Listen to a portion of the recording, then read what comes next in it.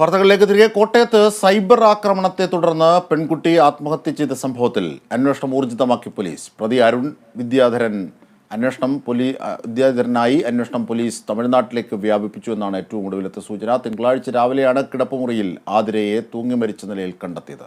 സംഭവത്തിൽ ആതിരയുടെ സുഹൃത്ത് അരുൺ വിദ്യാധരനെതിരെ ആത്മഹത്യാ പ്രേരണയ്ക്ക് കേസെടുത്തിരുന്നു. അതേസമയം സമൂഹ മാധ്യമങ്ങളിൽ അപമാനിച്ചത് മൂലമാണ് ആതിര ആത്മഹത്യ ചെയ്തതെന്ന് സഹോദരി ഭർത്താവും IAS ഉദ്യോഗസ്ഥനുമായ ആശിഷ് ദാസ് പറഞ്ഞു. ആതിരയ്ക്ക് വിവാഹാലോചനകൾ വന്നു തുടങ്ങിയപ്പോൾ സുഹൃത്ത് ഭീഷണിപ്പെടുത്തി.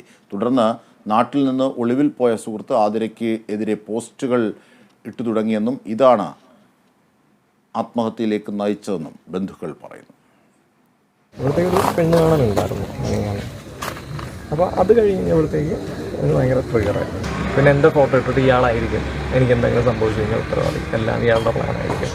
ആതിരയുടെ ചേട്ടനാണ്. എന്നിട്ട് അവളുടെ ഫോട്ടോസ് ഇടാൻ തുടങ്ങി. അപ്പോൾ ഫോട്ടോസിന് പിന്നെ അവർ വീഡിയോ കോളിൻ്റെ പിക്ചേഴ്സ് സ്ക്രീൻഷോട്ടുകൾ എടുത്ത് വെച്ചത് ഇടാൻ തുടങ്ങി. എല്ലാം പഴയ ഫോട്ടോസൊക്കെ. അപ്പോൾ ഇവൻ്റെ ലൊക്കേഷൻ ഐഡൻറ്റിഫൈ ചെയ്യാനും പറ്റിയില്ല ആദ്യം. അപ്പം അവൻ്റെ വീട്ടിൽ അന്വേഷിച്ച് കഴിഞ്ഞപ്പോഴത്തേക്ക് അവൻ വീട്ടിലില്ല. വീട്ടിൽ നിന്ന് പുറത്തു പോയതാണ്, വേറെ എവിടെയോ ഏതോ രഹസ്യ സങ്കേതത്തിലാണ്.